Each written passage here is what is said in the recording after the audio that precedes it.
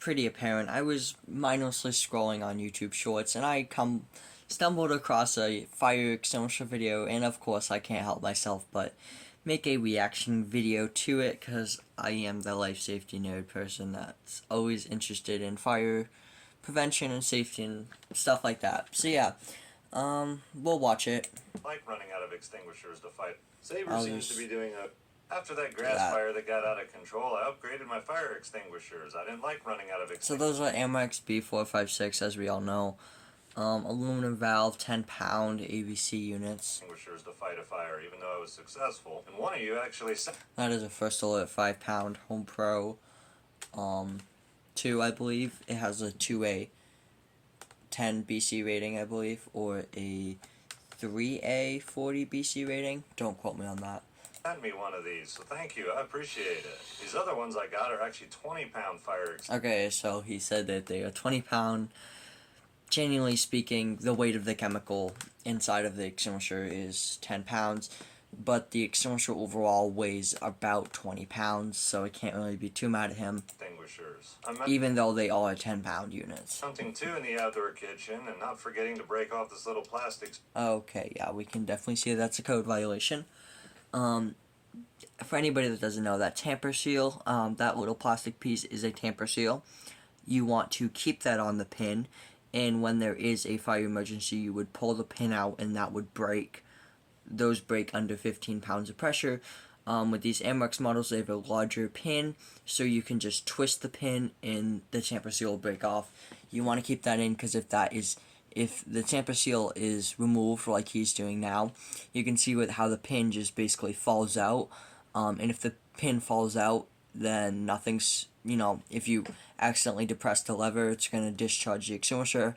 And if that does happen, which surprisingly it happens quite often, if that does happen, the extinguisher will be rendered useless, because the pressure in the extinguisher does not stay the second that it's been discharged.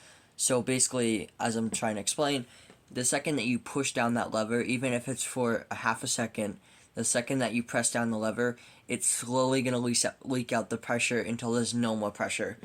I'm pretty sure that's mostly a safety concern, because they don't want you to look on the gauge and be like, well, it's in the green, and so the extinguisher must be good.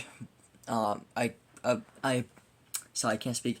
I can imagine that the company wants you to, the second that it gets accidentally discharged, you might think that it's okay, but the company wants you to look at the gauge, notice how it's in the red, and then get it recharged as it should be. So I'm pretty sure that's why it leaks out. Also, they're just not they're just not designed so that the pressure stays in there, even if it accidentally gets discharged a little bit, so yeah. This thing effectively if I need to. I've also got a couple tiny fire extinguishers out. So it's our First Alert Home Pro 1. 1A 10 BC. Everywhere. They're not for serious fires, but they might help prevent one from being serious. Two more 20-pound... Well, 10-pound, but yeah. Whoops. Didn't mean to do that. Fire extinguishers at the camper, a tiny one on the outside, and... So overall, he has 20 pounds, and then, if you do the math, 22.5 pounds of chemical, which can put out a pretty decent fire. For now, I'm going to have one down at the storage building. I really need to film some videos and get you guys caught up on the progress that's been happening down here. After that grass fire that got out of... So yeah, guess we can look at some of the comments. Make sure you get all of these tested at least yearly.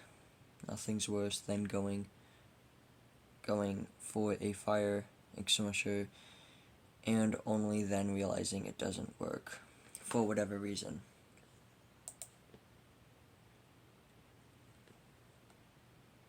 So yeah, basically just a whole bunch of comments saying to support, be aware what kind of fires,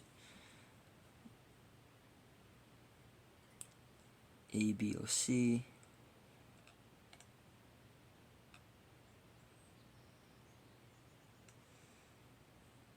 This is good. I'm going to order more for my business. I should probably respond to that comment, or at least reply to that person and recommend extinguisher. So yeah, that's some of the comments.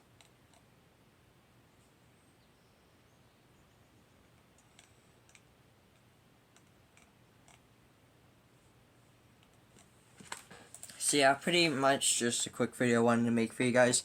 It did kind of make me a little bit mad that he did take the tamper seal away. So, genuinely speaking, you're not supposed to do that. I can see where a lot of people think that you're supposed to. If it has a zip tie on it, then yeah, you need to take the zip tie off. But that's tamper seal. You can't replace the tamper seal with a zip tie. They have to be a tamper seal, just because they are specially designed to break at 15 or less pounds of pressure. So that's gonna do it for today's video, guys. Catch you in the next one. See ya. Bye.